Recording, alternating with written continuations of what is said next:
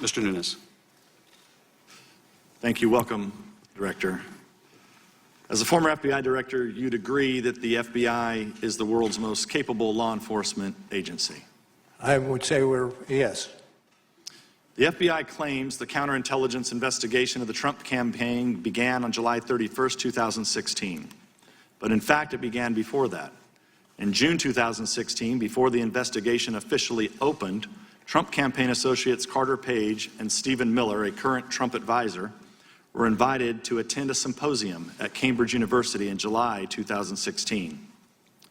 Your office, however, did not investigate who was responsible for inviting these Trump associates to this symposium. Your investigators also failed to interview Stephen Schrage, an American citizen who helped organize the event and invited Carter Page to it. Is that correct? Can you repeat the question? Whether or not you interviewed Stephen Schrage, who organized the Cambridge. In those areas, I am going to stay away from. Okay. The first Trump associate to be investigated was General Flynn. Many of the allegations against him stem from false media reports that he had an affair with a Cambridge academic, Svetlana Lokova, and that Lokova was a Russian spy. Some of these allegations were made public in a 2017 article written by British intelligence historian Christopher Andrew. Your report fails to reveal how or why Andrew and his collaborator, Richard Dearlove, former head of Britain's MI6, spread these allegations. And you failed to interview Svetlana Lokova about these matters. Is that correct? I'm not going to get into those matters to which you refer. You had a team of 19 lawyers, 40 agents, and an unlimited budget, correct, Mr. Mueller? I would not say we had an unlimited budget. Let's continue with the opening of the investigation, supposedly on July 31st, 2016. The investigation was not opened based on an official product from Five Eyes Intelligence, but based on a rumor conveyed by Alexander Downer. On Volume 1, page 89, your report describes him blandly as a representative of a foreign government. But he was actually a long-time Australian politician, not a military or intelligence official, who had previously arranged a $25 million donation to the Clinton Foundation and has previous ties to Dearlove. So Downer conveys a rumor he supposedly heard about a conversation between Papadopoulos and Joseph Mifsud. James Comey has publicly called Mifsud a Russian agent, yet your report does not refer to Mifsud as a Russian agent. Mifsud has extensive contacts with Western governments and the FBI. For example, there is a recent photo of him standing next to Boris Johnson, the new Prime Minister of Great Britain. What we're trying to figure out here, Mr. Mueller, is if our NATO allies or Boris Johnson have been compromised. So we're trying to figure out, Comey says Mifsud is a Russian agent, you do not. So do you stand by what's in the report? I'd stand by that which is in the report and not so necessarily with that which is not in the report. I want to return to Mr. Downer. He denies that Papadopoulos mentioned anything to him about Hillary Clinton's emails, and in fact, Mifsud denies mentioning to Papadopoulos. He denies that Papadopoulos mentioned anything to him about Hillary Clinton's emails. And in fact, Mifsud denies mentioning them to Papadopoulos in the first place. So how does the FBI know to continually ask Papadopoulos about Clinton's emails for the rest of 2016? Even more strangely, your sentencing memo on Papadopoulos blames him for hindering the FBI's ability to potentially detain or arrest Mifsud. But the truth is, Mifsud waltzed in and out of the United States in December 2016. The U.S. media could find him, the Italian press found him, and he's a supposed Russian agent at the epicenter of the purported collusion conspiracy. He's the guy who knows about Hillary Clinton's emails and that the Russians have them. But the FBI failed to question him for a half a year after officially opening the investigation. And then, according to Volume 1, page 193 of your report, once Mifsud finally was questioned, he made false statements to the FBI. But you declined to charge him. Is that correct? You did not indict Mr. Mifsud? I'm not going to speak to the series of happenings as you articulated them. But you did not indict Mr. Time of the Mifsud? gentleman has expired. Pardon? You did not indict Mr. Mifsud? True. Mr. Mueller, did anyone ask you to exclude anything from your report that you felt should have been in the report? I don't think so, but it's not a small report. But no one asked you specifically to exclude something that you believe should have been in there? Not that I can recall, no. I yield the balance of my time to Mr. Ratcliffe. Thank you. Thank the gentleman for yielding. Good afternoon, Director Mueller. In your May 29th press conference, and again in your opening remarks this morning, you made it pretty clear you wanted the special counsel report to speak for itself. You said at your press conference that that was the office's final position, and we will not comment on any other conclusions or hypotheticals about the president. Now, you spent the last few hours of your life from Democrats trying to get you to answer all kinds of hypotheticals about the president, and I expect that it may continue for the next few hours of your life. I think you've stayed pretty much true to what your intent and desire was, but I guess regardless of that, the special counsel's office is closed and it has no continuing jurisdiction or authority. So what would be your authority or jurisdiction for adding new conclusions or determinations to the special counsel's written report? As to the latter, I don't know or expect changes in conclusions that we included in our report. So to that point, you addressed one of the issues that I needed to, which was from your testimony this morning, which some construed as a change to the written report. You talked about the exchange that you had with Congressman Lieu. I wrote it down a little bit different. I want to ask you about it so that the record's perfectly clear. I recorded that he asked you, quote, "The reason you did not indict Donald Trump is because of the OLC opinion stating you cannot indict a sitting president," to which you responded, "That is correct." That response is inconsistent. I think you'll agree with your written report. I want to be clear that it is not your intent to change your written report. It is your intent to clarify the record to that. As I started today, this afternoon, and added either a footnote or an endnote, what I wanted to clarify is the fact that we did not make any determination with regard to culpability in any way. We did not start that process down the road. Terrific. Thank you for clarifying the record. A stated purpose of your appointment as special counsel was to ensure a full and thorough investigation of the Russian government efforts to interfere in the 2016 presidential election. As part of that full and thorough investigation, what determination did the special counsel office make about whether the Steele dossier was part of the Russian government efforts to interfere in the 2016 presidential election? Again, when it comes to Mr. Steele, I defer to the Department of Justice. Well, first of all, Director, I very much agree with your determination that Russia's efforts were sweeping and systematic. I think it should concern every American. That's why I want to know just how sweeping and systematic those efforts were. I want to find out if Russia interfered with our election by providing false information through sources to Christopher Steele about a Trump conspiracy that you determined didn't exist. Well, again, I'm not going to discuss the issues with regard to Mr. Steele.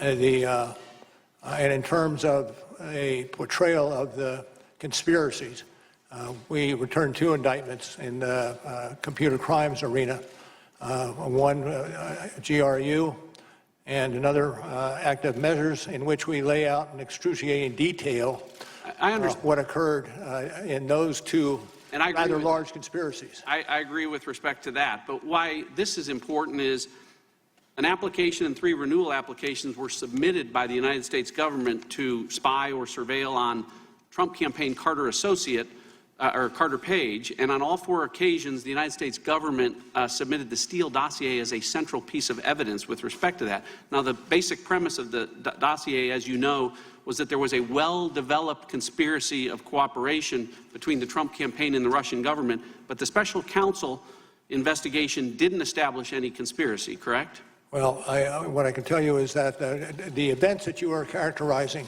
here now is part of another matter that is being handled by the Department of Justice. But you did not establish any conspiracy, much less a well-developed one. Again, I pass on answering that question. The special counsel did not charge Carter Page with anything, correct? Special counsel did not. All right. My time has expired. I yield back. Mr. Turner.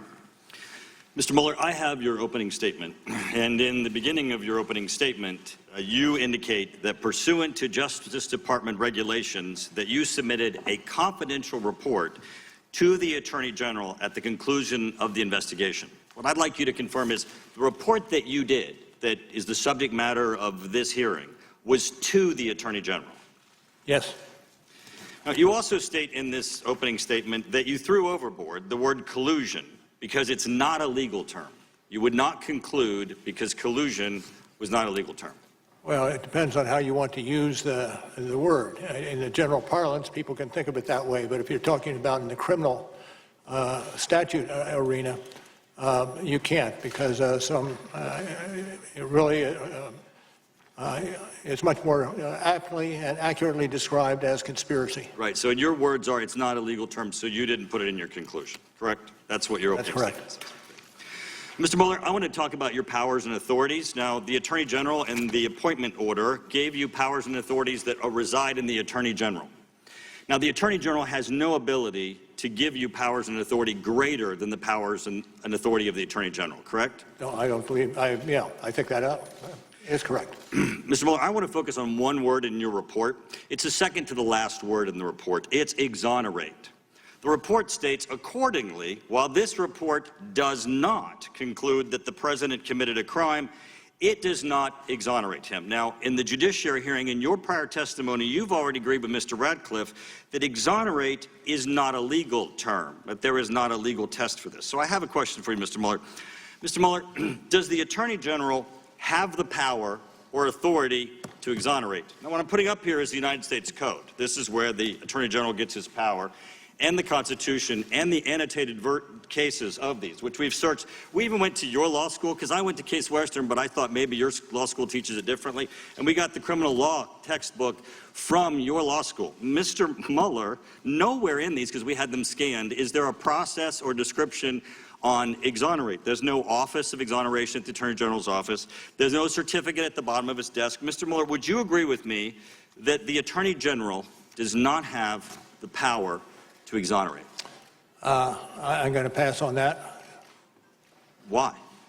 Because it embroils us in a legal discussion, and I'm not prepared to do a legal discussion in that arena. Well, Mr. Mueller, you would not disagree with me when I say that there is no place that the Attorney General has the power to exonerate, and he's not been given that authority. You would not. Again, I'm not going to. I take your question.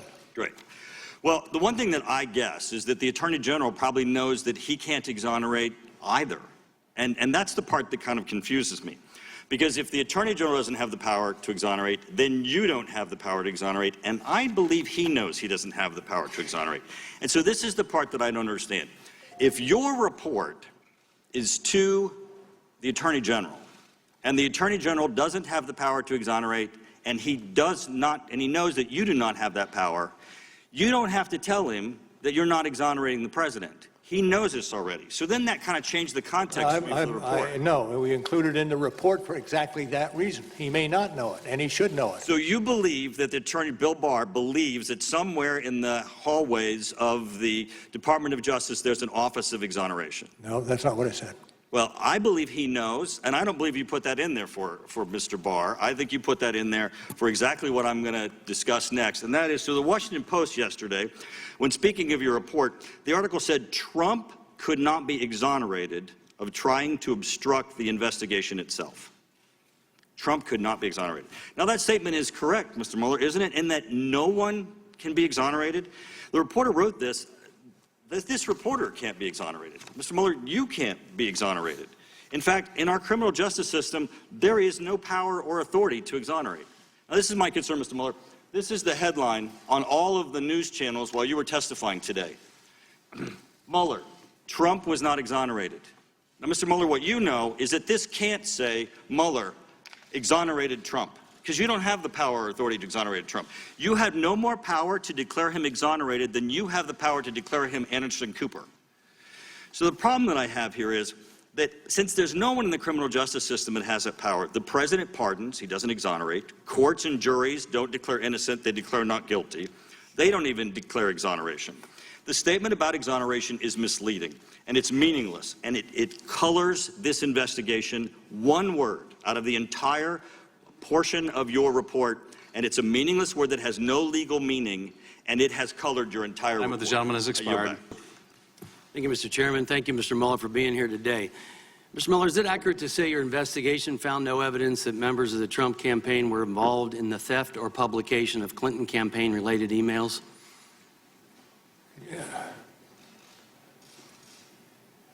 Can you read, or can you repeat the question? Is it accurate to say your investigation found no evidence that members of the Trump campaign were involved in the theft or publication of the Clinton campaign-related emails? I don't know. I don't know what the, well, Well, Volume 1, page 5, the investigation did not establish that members of the Trump campaign conspired or coordinated with the Russian government in its election interference activities.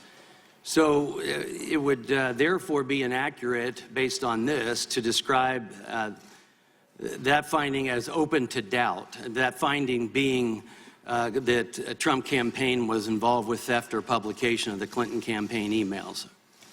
Are you following that, sir? I do believe I'm following it, but it is, that portion of that matter, it does not fall within our jurisdiction or fall within our investigation. Well, based on what your report says, Volume 1, page 5, I just want to be clear that open to doubt is how the committee Democrats described this finding in their minority views to of our 2018 report, and it kind of flies in the face of what you have in your report. But so is it accurate also to say the investigation found no documentary evidence that George Papadopoulos told anyone affiliated with the Trump campaign about Joseph Mifsid's claims that the Russians had dirt on candidate Clinton?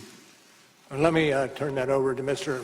Zebley. If I can. I'd like to ask you, sir, this is your report, and that's what I'm basing this on. And then could you repeat the question for me again? Yeah, is it accurate to say the investigation found no documentary evidence that George Papadopoulos told anyone affiliated with the Trump campaign about Joseph Mifsid's claims that the Russians had dirt on candidate Clinton? I believe it appearing in the report that it's accurate. Okay, so yeah, in the report, it says no documentary evidence that Papadopoulos shared this information with the campaign. It's therefore inaccurate to conclude that by the time of the June 9, 2016 Trump Tower meeting, quote, the campaign was likely already on notice via George Papadopoulos' contact with Russian agents that Russia, in fact, had damaging information on Trump's opponent. Would you say that that is inaccurate to say that it's likely already on? I could direct you to the report. Well, I appreciate that, because the Democrats jumped to this incorrect collusion in their minority views, again, which contradicts what you have in your report. I'm concerned about a number of statements I'd like you to clarify, because a number of Democrats have made some statements that I have concerns with, and maybe you can clear them up. So a member of this committee said President Trump was a Russian agent after your report was publicly released. That statement is not supported by your report, correct? That is accurate. It's not supported. Multiple Democrat members have asserted that Paul Manafort met with Julian Assange in 2016 before WikiLeaks released DNC emails implying Manafort colluded with Assange. Because your report does not mention finding evidence that Manafort met with Assange, I would assume that means you found no evidence of this meeting. Is that assumption correct? I'm not certain I agree with that assumption. But you make no mention of it in your report. Would you agree with that? Yes, I would agree with that. Okay, Mr. Mueller, does your report contain any evidence that President Trump was enrolled in the Russian system of compromat as a member of this committee once claimed? Well, what I can speak to is information and evidence that we picked up as the special counsel, and I think that's accurate as far as it goes. Thank you. I appreciate that. So let's go for a second to scope. Did you ask the Department of Justice to expand the scope of the special counsel's mandate related to August 2nd, 2017 or August 20th, 2017 scoping memoranda? Well, Without looking at the memoranda, I could not answer that. Well, let me ask you, did you ever make a request to expand your office's mandate at all? Generally, yes. And was that ever denied? I'm not going to speak to that. You're not going It to goes speak to to that? internal deliberations. Well, I'm just trying to understand process. Does expanding the scope come from the acting attorney general or I'm not- Rosenstein, or does it come from you, or can it come from either? I'm not going to discuss any other alternatives. Thank you, Mr. Mueller. Mr. Stewart. Mr. Mueller, it's been a long day. Thank you for being here. I do have a series of important questions for you, but before I do that, I want to take a moment to reemphasize something that my friend Mr. Turner has said. I've heard many people state no person is above the law. And many times recently they add not even the president, which I think is blazingly obvious to most of us. I'm having a little problem hearing you, sir. Is this better? That is better. Thank you. I want you to know I agree with this statement that no person is above the law. But there's another principle that we also have to defend, and that is the presumption of innocence. And I'm sure you agree with this principle, though I think the way that your office phrased some parts of your report, it does make me wonder. I have to be honest with you. For going on 3 years, innocent people have been accused of very serious crimes, including treason. Accusations made even here today. They have had their lives disrupted and in some cases destroyed by false accusations for which there is absolutely no basis other than some people desperately wish that it was so. But your report is very clear. No evidence of conspiracy, no evidence of coordination. And I believe we owe it to these people who have been falsely accused, including the president and his family, to make that very clear. Mr. Mueller, the credibility of your report is based on the integrity of how it is handled. And there's something that I think bothers me and other Americans. I'm holding here in my hand a binder of 25 examples of leaks that occurred from the special counsel's office from those who associated with your work, dating back to as early as a few weeks after your inception and the beginning of your work, and continuing up to just a few months ago. All of them have one thing in common. They were designed to weaken or to embarrass the president, every single one. Never was it leaked that you'd found no evidence of collusion. Never was it leaked that the Steele dossier was a complete fantasy, nor that it was funded by the Hillary Clinton campaign. I could go on and on. Mr. Mueller, are you aware of anyone from your team having given advance knowledge of the raid on Roger Stone's home to any person or the press, including CNN? Well, I'm not going to talk about specifics. I will mention, but talk for a moment about persons who become involved in an investigation and the understanding that in a lengthy, thorough investigation, some persons will be under a cloud that should not be under a cloud. And one of the reasons for emphasizing, as I have, the speed of an election, or not election, the speed of an investigation, is that so those persons who are disrupted as a result of the... I appreciate that, but I do have a series of questions. with the result of that investigation. Thank you, and you're right, it is a cloud, and it's an unfair cloud for dozens of people. But to my point, are you aware of anyone providing information to the media regarding the raid on Roger Stone's home, including CNN? I'm not going to speak to that. Okay. Mr. Mueller, you sent a letter dated March 27th to Attorney General Barr in which you claimed the Attorney General's memo to Congress did not fully capture the context of your report. You stated earlier today that response was not authorized.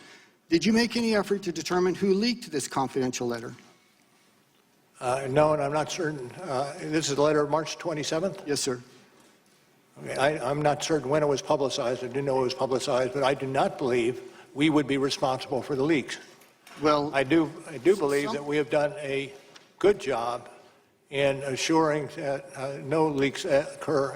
we have 25 examples here of where you did not do a good job. Not you, sir. I'm not accusing you at all. But where your office did not do a good job in protecting this information. One more example. Do you know anyone who anonymously made claims to the press that Attorney General Barr's March 24th letter to Congress had been misrepresented or misrepresented the basis of your report? And what was the question? Do you know who anonymously made claims to the press that Attorney General Barr's March 24th letter to Congress had misrepresented the findings of your report? No. Sir, given these examples as well as others, you must have realized that leaks were coming from someone associated with the special counsel's office. What I'd like to ask is, I did do you... not believe that. Well, sir, this was your work. You're the only one, your office is the only one who had information regarding this. It had to come from your office. Putting that aside, which leads me to my final question, did you do anything about it? From the outset, we've undertaken to make certain that we minimize the possibility of leaks. And I think we were successful over the 2 years that we were in operation. Well, I wish you'd been more successful, sir. I think it was disruptive to the American people. My time has expired. I yield back. We're going to go now to Mr. Crawford, and then after Mr. Crawford's 5 minutes, we'll take a 5 or 10 minute break. Thank you, Mr. Chairman. Thank you, Mr. Mueller, for being here. Days after your appointment, Peter Strzok texted about his concern that there's, quote, no big there in the Trump campaign investigation. Did Strzok or anyone else who worked on the FBI's investigation tell you that around 10 months into the investigation, the FBI still had no case for collusion? Can you repeat that? Peter Strzok. Could you, I'm sorry, can you move the microphone up a little closer? Sure. There's Thank you. a quote attributed to Peter Strzok. He texted about his concern that there is, quote, no big there in the Trump campaign investigation. Did he or anyone else who worked on the FBI's investigation tell you that around 10 months into the investigation, the FBI still had no case for collusion? No. Is the Inspector General report correct that the text messages from Peter Strzok and Lisa Page's phones from your office were not retained after they left the special counsel's office? Well, I don't, it depends on what you're talking about. The investigation into those Peter Strzok went on for a period of time, and I'm not certain what it encompasses. It may well have encompassed what you're adverting to. Okay, let me move on just real quickly. Did you ask the department to authorize your office to investigate the origin of the Trump-Russia investigation? I'm not going to get into that. It goes to internal deliberations. So the circumstances surrounding the origin of the investigation have yet to be fully vetted then. I'm certainly glad that Attorney General Barr and U.S. Attorney Durham are looking into this matter. With that, I'd like to yield the balance of my time to the ranking member, Nunes. Thank the gentleman for yielding. Mr. Mueller, I want to make sure you're aware of who Fusion GPS is. Fusion GPS is a political operations firm that was working directly for the Hillary Clinton campaign and the Democrat National Committee. They produced the dossier, so they paid Steele, who then went out and got the dossier. And I know you don't want to answer any dossier questions, so I'm not going there, but your report mentions Natalia Vesnitskaya 65 times. She meets in the Trump Tower. It's this infamous Trump Tower meeting. It's in your report. You've heard many of the Democrats refer to it today. The meeting was shorter than 20 minutes, I believe. Is that correct? I think what we have in our report reflects it was about that length. So do you know, so Fusion GPS, the main actor at Fusion GPS, the president of the company, or the owner of the company, is a guy named Glenn Simpson who's working for Hillary Clinton. Glenn Simpson, do you know how many times Glenn Simpson met with Natalia Vesnitskaya? Myself? No.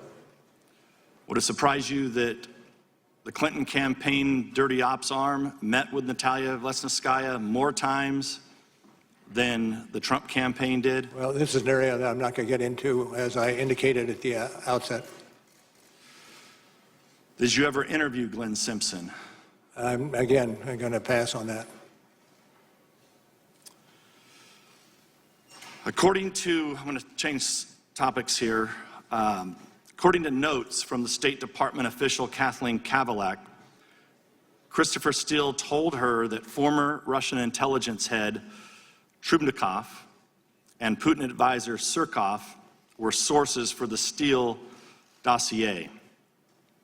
Now, knowing that these are, not getting into whether these sources were real or not real, was there any concern that there could have been disinformation that was going from the Kremlin into the Clinton campaign and then being fed into the FBI? As I said before, this is an area that I cannot speak to.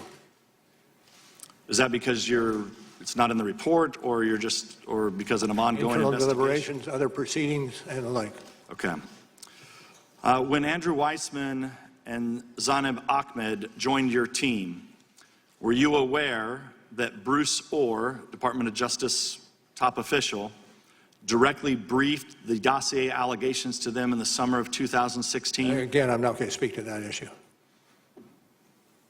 Okay. Before you arrested George Papadopoulos in July of 2017, he was given $10,000 in cash in Israel. Do you know who gave him that cash? Again, it's outside our ambit, and questions such as that should go to the FBI or the department. But it involved your investigation. It involved persons involved in my investigation. Thank you, Mr. Chairman. Ms. Stefanik. Thank you, Mr. Chairman. Mr. Mueller, as special counsel, did you review documents related to the origin of the counterintelligence investigation into the Trump campaign? On occasion. Was the Steele dossier one of those documents that was reviewed? And I can't discuss that case. I'm just asking a process question. Have you read the Steele dossier? And again, I'm not going to respond to that.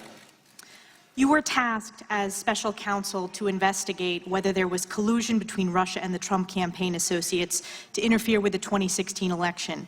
And the FBI, we know, has relevant documents and information related to the opening of the CI investigation. Were you and your team permitted to access all of those documents? And again, I can't get into that investigative, what we collected and what we're doing with investigation materials. Let me ask it this way. Was there any limitation in your access to documents related to the counterintelligence That's such a broad question. I have real trouble answering it. Did the special counsel's office undertake any efforts to investigate and verify or disprove allegations contained in the Steele dossier? Again, I can't respond. The reason I'm asking for the American public that is watching, it's apparent that the Steele dossier formed part of the basis to justify the FBI's counterintelligence investigation into Russian interference in the 2016 election. As we know, it was used to obtain a FISA warrant on Carter Page. This is why I'm asking these questions. Did your office undertake any efforts to identify Steele's sources or subsources? Again, the same answer. Were these tasks referred to any other agencies? Again, I can't speak to it. Did your office consider whether the Russian government used Steele's sources to provide Steele with disinformation? Again, I can't speak to that. I understand I'm asking these questions just for the record, so thanks for your patience. Shifting gears here, did any member of the special counsel's office staff travel overseas as part of the investigation? Yes, but I can't go further than that. I'm going to ask, to which countries? And I can't answer that. Did they meet with foreign government officials? Again, it's out of our bailiwick. Did they meet with foreign private citizens? Again, same response. Did they seek information about a U.S. citizen or any U.S. Again, citizens? in territory that I cannot go to. Thank you for answering on the record. These are important questions for the American public, and we're hopeful that the IG is able to answer these questions. I will yield the balance of my time to the ranking member. Thank the gentlelady for yielding. Mr. Mueller, I want to go back to, we started off with Joseph Mifsud, who's at the center of this investigation. He appears in your report a dozen times or more. He really is the epicenter. He's at the origin of this. He's the man who supposedly knows about Clinton's emails. You've seen on the screen, the Democrats have continually put up all the prosecutions that you made against Trump campaign officials and others. But I'm struggling to understand why you didn't indict Joseph Mifsud, who seems to be the man in the middle of all of this. Well, I think you understand that you cannot get into either classified or law enforcement information without a rationale for doing it. And I have said all I'm going to be able to say with regard to Mr. Mifsud.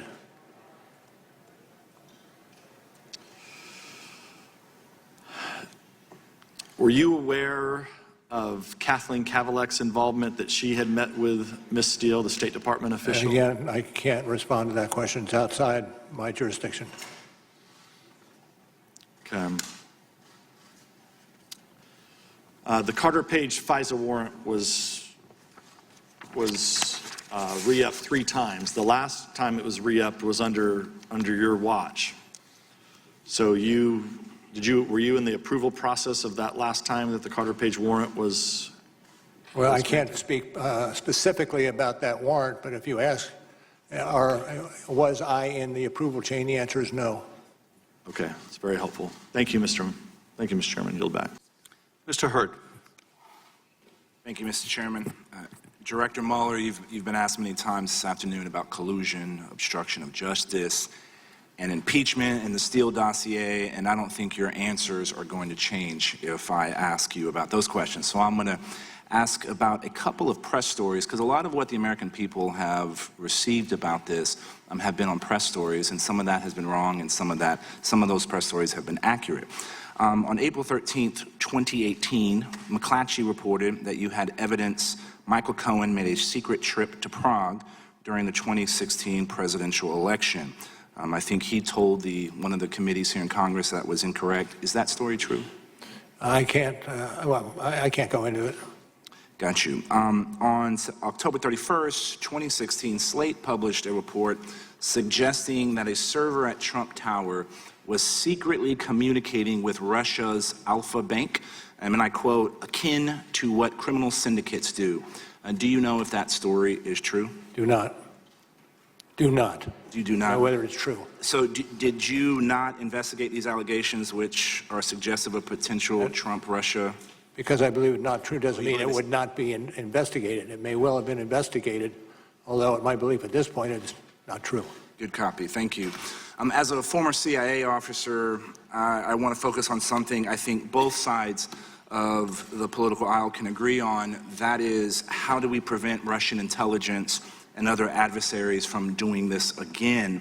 And after overseeing counterintelligence operations for 12 years as FBI director, and then investigating what the Russians have done in the 2016 election, you've seen tactics, techniques, and results of Russian intelligence operations.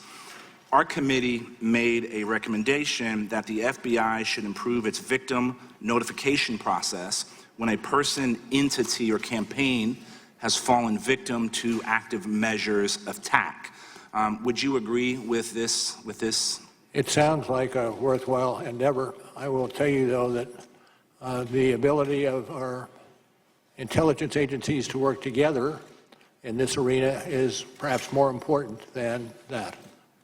And adopting whatever, and I'm not that familiar with legislation, but whatever legislation will encourage us working together. By us, I mean the FBI, CIA, NSA, and the rest. It should be pursued aggressively, early. Who do you think should be responsible within the federal government to counter disinformation? I'm no longer in the federal government, so But you've had a long career, storied career, and I don't think there's anybody who better understands the threat that we are facing than you. Do you have an opinion as a former FBI officer? As to who should be the coordinating points within the federal government on how to deal with disinformation? I don't want to wade in those waters. A good copy. One of the most striking things in your report is that the Internet Research Agency not only undertook a social media campaign in the U.S., but they were able to organize political rallies after the election. Our committee issued a report and insight on saying that Russian active measures are growing with frequency and intensity, and including their expanded use of groups such as the IRA, and these groups pose a significant threat to the United States and our allies in upcoming elections. Would you agree with that? Yes. In fact, one of the other areas that we have to look at are many more companies, or not companies, many more countries are developing capability to replicate what the Russians had done.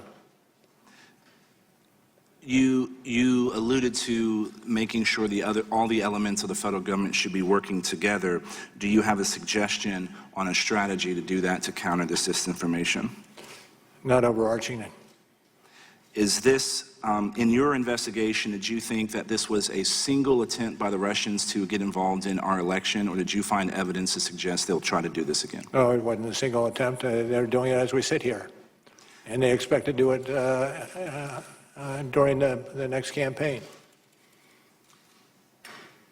Director Mueller, I appreciate your time and indulging us here in multiple committees, and I yield back to the ranking member if he has.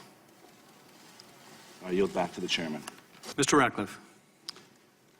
Director Mueller, given your constraints on what you're able or allowed to answer with respect to counterintelligence matters or other matters that are currently open and under investigation, you're not going to be able to answer my remaining questions. So I thank you for your courtesies in the answers that you have given to my prior questions. And I do thank you for your extraordinary career and record of service, and yield the balance of my time to the ranking member. Thank you.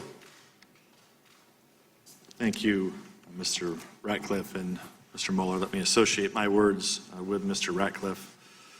Got a few more questions. I want to clean up a little bit about the Eric Prince Seychelles meeting. So Eric Prince testified before this committee that he was surveilled by the U.S. government, and that information from this surveillance was leaked to the press. Did you investigate whether Prince was surveilled and whether classified information on him was illegally leaked to the media? Did you say did you or will you? Well, I know you can't. I know you're not. So gonna, I can't discuss I know you're either not way. going to join back up in the ranks, but did you refer? Were you aware that Prince has made these allegations that he was surveilled? He's concerned that there were leaks about this surveillance. Did you make any referrals about these leaks? I can't get into discussion on it. Okay. Also want to, General Flynn, I know you came after the leak of his phone call with the Russian ambassador.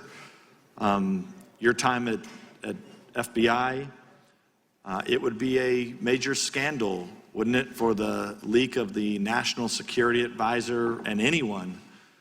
I can't adopt that hypothesis.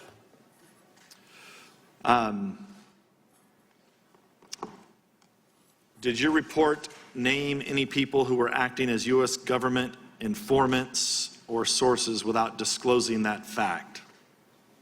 I can't answer that. On volume 1, page 133 of your report, you state that Konstantin Kilimnik has ties to Russian intelligence. His name came up quite often today, but your report omits to mention that Kilimnik has long-term relationships with U.S. government officials, including our own State Department. I can't get into that. I know it's not in the report, but if Kilimnik is being used in the report to say that he was possibly some type of Russian agent, and I think it is important for this committee to know if Kilimnik has ties to our own State Department, which it appears that he does. Again, it's the same territory that I'm loath to get into. You were asked this earlier about Trump attorney John Dowd, that pieces of his phone call were omitted from the report. It was what Mr. Dowd calls exculpatory evidence. Are you concerned about? I'm not certain I would agree with that characterization. I think I said that before. Yes.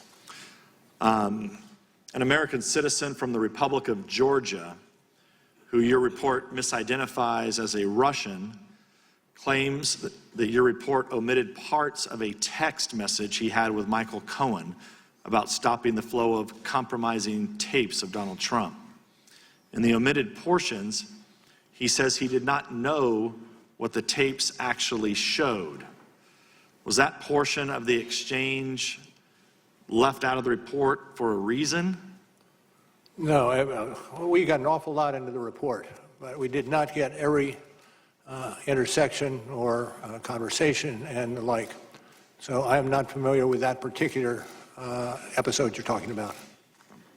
Thank you, Mr. Mueller, and thank you, Mr. Chairman.